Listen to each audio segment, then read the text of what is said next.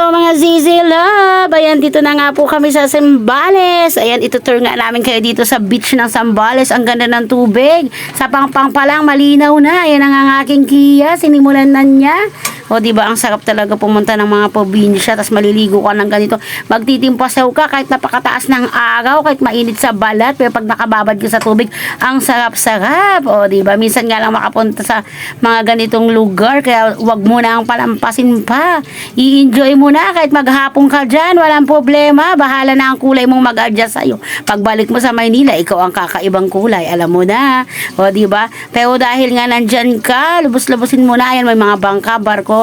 Yan, barko. Wala palang barko, bangka pala yan. O yan, o diba? Hirap talaga pag hindi laking probinsya. Hindi mo alam kung anong tawag dyan. Basta bangka o barko, basta nandito sa dagat. Yan, yan ang kanilang gamit. O ayan na nga mga bata, nagtitampisaw. Kami lang pala ang tao ngayon sa beach na to. Mukha lang ang entrance niya, mag-i-enjoy ka. May mga kwarto din sila, pero dahil malapit lang naman ang bayan ng tito namin dito, hindi na po kami nag-abil ng kwarto. Nag-ano na lang kami, nag-cottage na lang kami. Enjoy na enjoy. Ang dami nga namin dyan, isang van at saka isa pang sasakyan. Hindi ko alam kung anong tawag doon sa sasakyan ni Uncle. Basta importante, nandito na nga kami sa dagat. Ang sarap pakinggan ng huni ng mga mga ibon, tapos mga alumpag ng alon.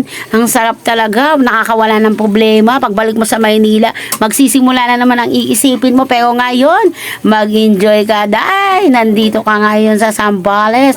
O di ba, tingnan mo naman yung trip ng nanay ko. O di ba, nagpaano siya sa buhangin sa kanyang apo kasi daw gamot daw yan, sabi niya. Kaya pag tuwing pumupunta talaga kami sa mga dagat, ayan talaga ang unang-unang ginagawa niya.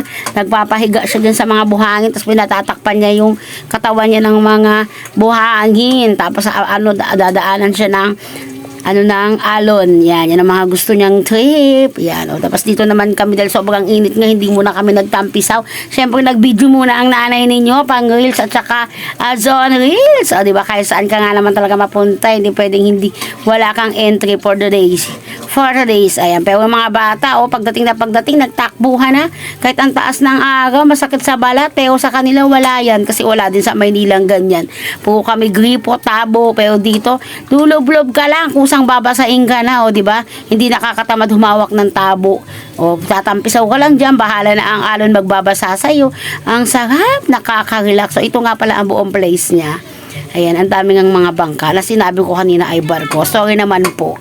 Pero bangka yan, kasi mayroon din nangingisda. Doon sila nangingisda sa pinaka blue yun. Yung pinaka doon sa dulo, hindi natin natatanaw. Kanina nga may nagabot sa amin ng isang isda na maliliit. Yun, sabi namin kung gusto daw namin, kasi hindi naman daw mabebenta kasi pang ulam lang. Pero hindi na nga namin kinuha, sabi namin sa kanila na lang kasi madami kaming baon at saka isa pa, wala kaming lutuan na dala at maghapon pa nga kami dito, baka masira lang, sayang pa naman, fresh na fresh pa yung fish. O diba, pag dito ka nakatira, masustansya ang makakain mo, masarap sabawan yung mga bagong huli na gumagalaw-galaw pa.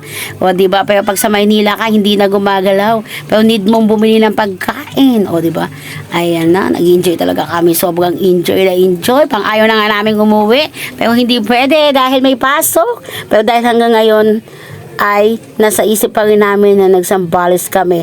Yung mga sunburn pagkatapos nito ay ewan ko na lang talaga. Sila ang naiiba pagdating sa klase kasi magsa-sunburn sila dahil hindi nga nakapag-lotion ang mga bata. Dagatso talaga tampisaw, parang na-miss nila. O parang walang tubig sa Maynila. Parang ganun, o diba? Kahit ako nga gustong-gusto ko ng lumusong dyan, kaya lang inisip ko magbibideo muna ako kasi ang ganda talaga sa paningin ko, nakaka-amaze. Parang gusto ko lang siya titigan maghapon hanggang matapos ang oras. Yun doon ako nag-i-enjoy sa mga ganitong place. Sana makabalik kami after ulit ng 10 years. Pagka-birthday na naman ni Uncle, ganun. Siyempre, di ba, malayo ang lugar, mahal na ang pamasahe, pero dahil mahal mo, pupuntahan mo. Sabi ko nga, nung unang punta ko dito, isa pa lang anak ko, ngayon pangalawang balik ko, dalawa na ang anak ko, baka pagpunta ko ulit, 3 anak na. Yun lang. Bye-bye. God bless.